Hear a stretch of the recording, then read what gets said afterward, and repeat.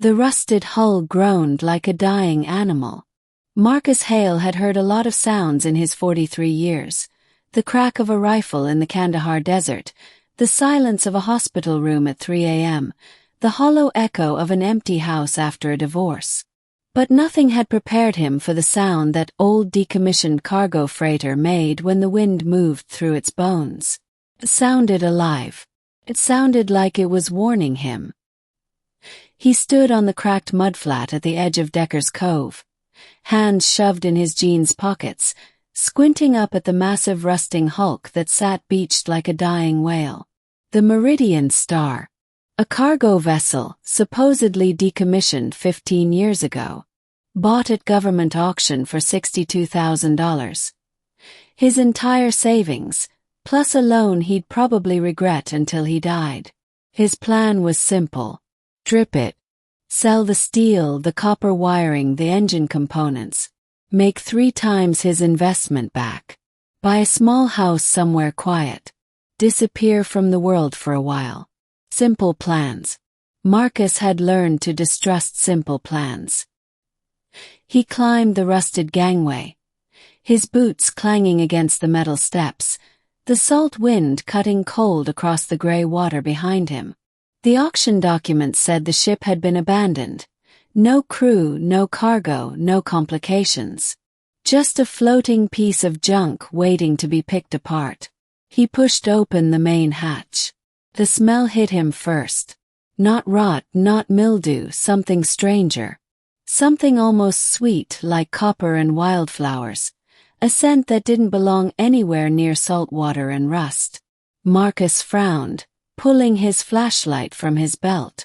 The beam swept across the cargo hold. Great. Old ones overturned. Rusted chains hanging from the ceiling.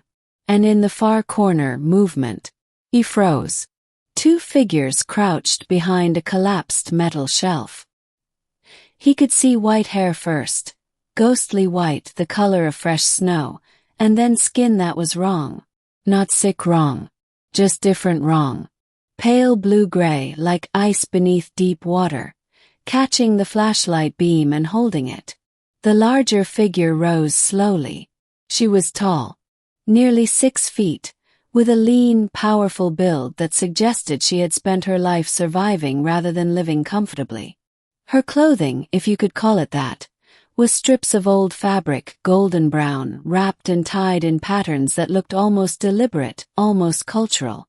Her eyes were the color of storm clouds, and they did not blink when they met his. She did not run. She did not attack. She simply stepped in front of the smaller figure behind her. A child, Marcus now realized, same white hair, same pale skin, peeking out from behind the woman's leg with enormous, frightened eyes, and she raised one hand. Out. The universal gesture. Don't. Marcus did not move. His flashlight held steady. His heart was doing something complicated in his chest. I'm not going to hurt you, he said slowly. 'Cause what else do you say? The woman stared at him. Her head tilted slightly, the way a dog tilts its head when it hears a new sound. Curious, not afraid. She said something then, in a language that had no right existing. Not any human language.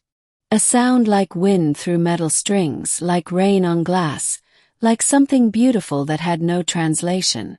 Marcus lowered the flashlight slightly, away from her eyes. That small movement, that tiny courtesy, seemed to change something. She spoke again. Different sounds this time.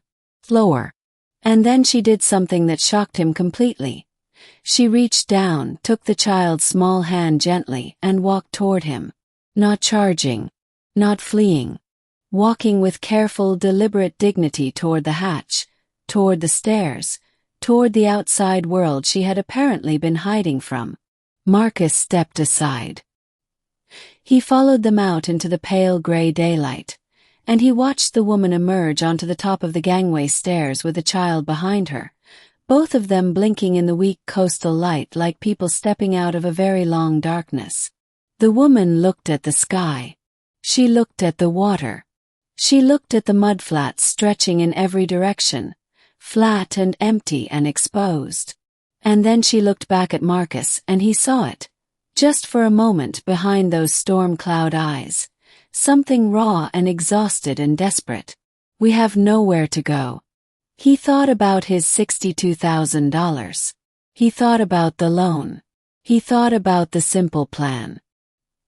He thought about his daughter Sophie, who was 7 years old and lived in Portland with her mother, and who he saw exactly 4 times a year, and who had a laugh that sounded like wind chimes, and who he would walk through fire for without a second thought. The child on the stairs had the same look as Sophie when she was scared and trying not to show it. That chin-up, eyes wide, I'm brave, I'm fine look that broke your heart precisely because it was so unconvincing. Marcus exhaled slowly. He reached into his jacket pocket and pulled out a protein bar. The plain kind, no artificial flavors, because his stomach had gotten picky after 40. He held it out. Not toward the woman. Toward the child. The woman tensed immediately, one arm moving protectively. Marcus didn't move.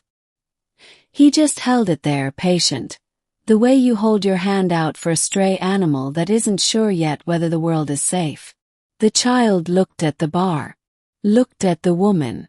The woman studied Marcus for a long, calculating moment, longer than felt comfortable, and then gave the faintest nod.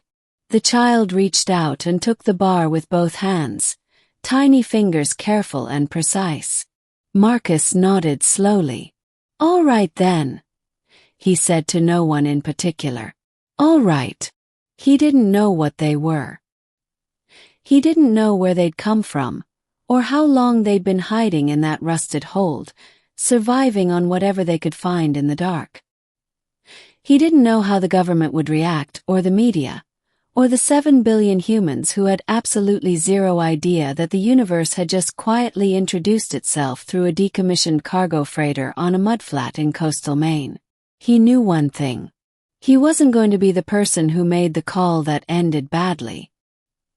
He pulled out his phone, not to dial 911, not to call a journalist, not to record a video that would get 10 million views before dinner, but to check the weather. Cold front moving in. Rain by nightfall. He looked at the woman. He gestured toward the ship, then toward the sky, then back at the ship. Storm coming. Filter. She understood.